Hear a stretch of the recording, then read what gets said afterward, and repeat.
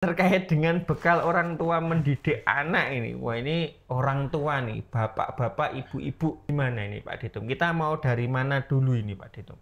Omong-omong soal momong.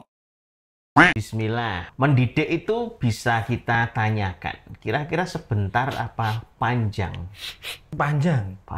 Minimal hidup. mengantarkan dari sebelum menikah sampai anak itu menjadi manusia. Artinya balik. Bekalnya harus dimiliki. Kalau orang mau melakukan perjalanan tanpa bekal, mesti dia akan bisa jadi tidak akan survive. Sebelum kita ini mendidik anak, maka diawali bekal yang pertama. Harus memiliki tujuan sebelum menikah. Kalau disebut bekalnya adalah bekal paling dasar, sedasar-dasarnya dasar nih Pak Ditum. Bekal yang disiapkan sebelum berangkat perang. Ya, tujuan menikah paling ora enek papat ini menurut Islamnya. Satu, untuk memperbanyak umat Islam menggembirakan Rasulullah. Yang kedua adalah menjaga kesucian diri dan takarub untuk pendekatan kepada Allah. Yang ketiga, melahirkan generasi muslim. Dan yang keempat adalah menjaga kelangsungan keturunan manusia. Ini nomor siji. Iya, nomor satu. Ada tujuan pernikahan dulu.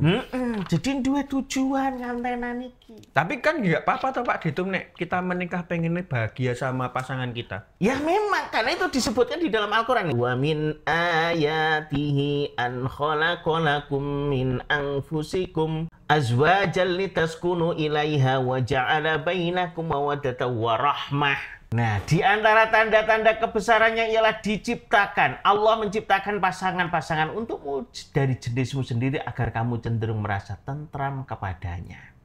Dan dia menjadikan di antaramu rasa kasih dan sayang. Inna fi dzalika laayatil liqaumi yatafakkarun. Sungguh pada yang demikian itu benar-benar terdapat tanda-tanda kebesaran Allah bagi kaum yang berpikir. Jadi memang menikah itu yang didapat adalah sakinah, mawaddah, warohmah. Dan untuk mendapatkan sakinah, mawaddah, warohmah, ini jalannya satu-satunya adalah dengan menikah. Maka laki-laki yang tidak menikah tidak bisa mendapatkan sakinah, mawaddah, warohmah. Samawa itu hanya bisa ditempuh dengan satu cara, yaitu menikah. Menikah, ya. Nah, kemudian yang kedua, bekal menikah ini adalah menikahi wanita yang solihah. Maka Nabi mengatakan wanita itu dinikahi karena 4 hal. Hartanya, keturunannya, kecantikannya, dan agamanya. Maka pilihlah yang beragama, niscaya kamu akan beruntung.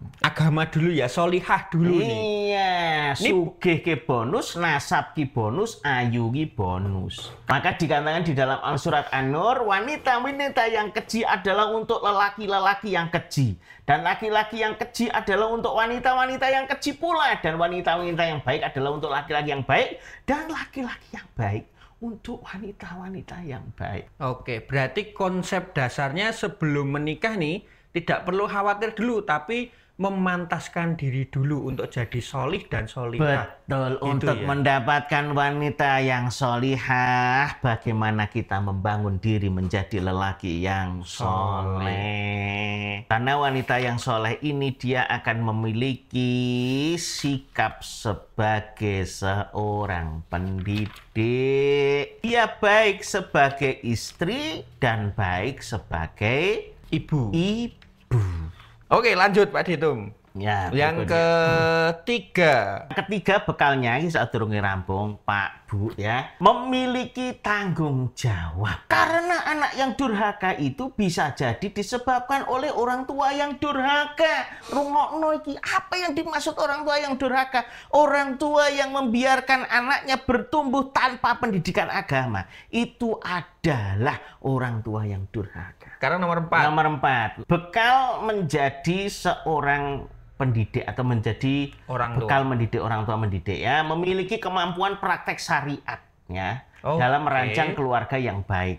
Ini berarti tidak hanya istilahnya teori ya, tapi bisa praktek. Iya, bahwasanya untuk membangun peradaban itu dimulai dari kasur. Itu memang harus dilakukan ya, berdoa dulu, mohon pertolongan dari Allah gitu ya, mohon perlindungan. Iya, karena soleh itu pemberian dari Allah. Karena Oke. tadi memilih wanita itu seperti seorang petani yang akan memilih lahan. Iya. Nomor 5. Kalau orang tua mendidik anak, yaitu orang tua berusaha memiliki jiwa pendidik. Jiwa pendidik itu apa? Jiwa memberikan teladan. Teladan itu berarti nek saya bayangkan bapaknya praktek, putrane melihat kemudian mengikuti. Menirukan ya. Menirukan. Dan itu dicontohkan oleh Rasulullah. Laqad kana lakum fi Rasulillahi uswatun hasanah. Jadi uswatun hasanah. Yang perlu golek bojo sing jenenge uswatun hasanah mau. Jiwa pendidik itu misalnya penyabar, tidak Oke. gampang emosinan, lemah lembut, ora kasar gitu. Kalau memberikan nasihat cari waktu yang tepat. Itu jiwa-jiwa pendidik. Ngerti minimal telung perkara. Apa yang mau dididikkan, bagaimana cara mendidiknya,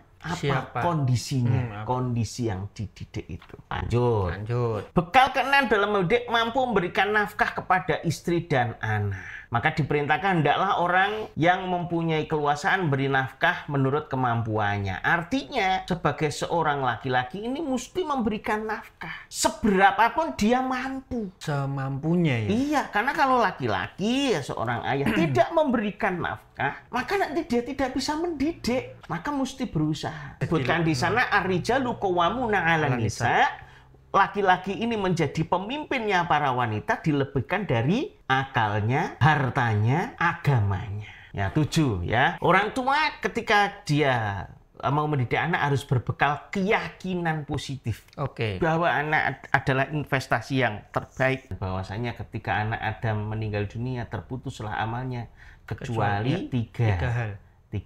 Salah satunya adalah anak soleh yang mendoakan kedua orang tuanya. Maka orang tua harus mendidik ini supaya jadi soleh. Soleh tabungan untuk orang tuanya. Bekal yang ke-8 adalah memiliki keyakinan bahwa anak-anak adalah hiasan dan juga ujian. Nah, mendidik itu tidak mudah, tapi mendidik itu butuh perjuangan. Di sana orang tua harus memiliki sebuah nafas kekuatan yang disebut dengan kesabaran. Karena di dalam mendidik ada ujian. Ada hiasan, ada ujian. Yap. Hiasan ketika anaknya gampang-gampang, kita nggak boleh takabur. Ya. Nggak boleh ujub. Ya. Ketika berkesulitan, tidak boleh putus asa. Disebutkan dalam Al-Furqan, dan kami jadikan sebagian kamu cobaan bagi sebagian yang lain. Ya. Lanjut ya, yang ke-9.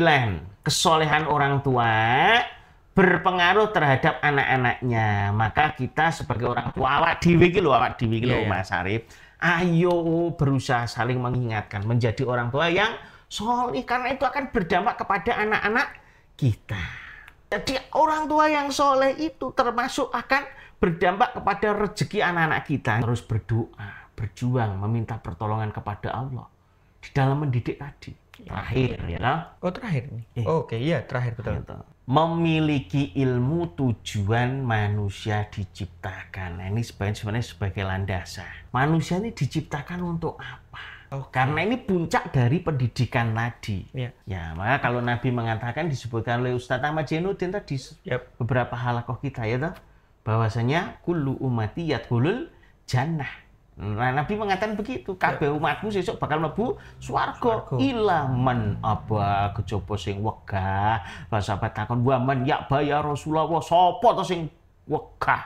Sapa to sing gemang cak mlebu warga?" Nah, maka dikatakan man ato'ani dakhala jannah wa man asani faqat ya'ba atau faqat aba. Sing melu Nabi mlebu swarga, sing moh kuwi sing ra gelem taat berarti wong sing wegah. Berarti pendidikan itu tujuan utamanya, visinya adalah menuju Allah Subhanahu wa taala. Misinya, strateginya adalah mengikuti Rasulullah sallallahu alaihi wasallam.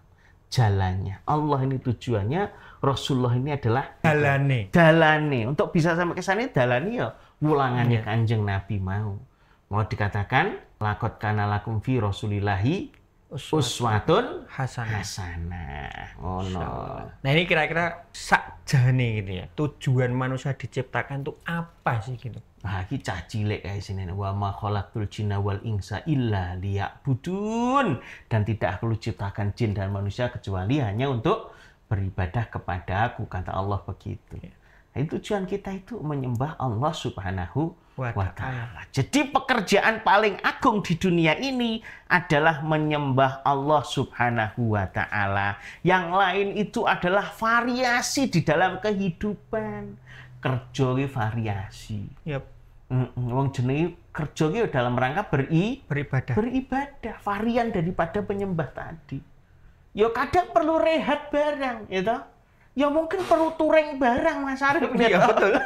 Kadang perlu mancing ya monggo, tapi utama gitu. Utama, Yang lain betul. itu hanya sebagai selingan. Betul. Nah, Apapun pekerjaannya, yang penting halal, barokah, pulang bawa nafkah ini ya Pak. Masya Allah. Ngomong soal momong.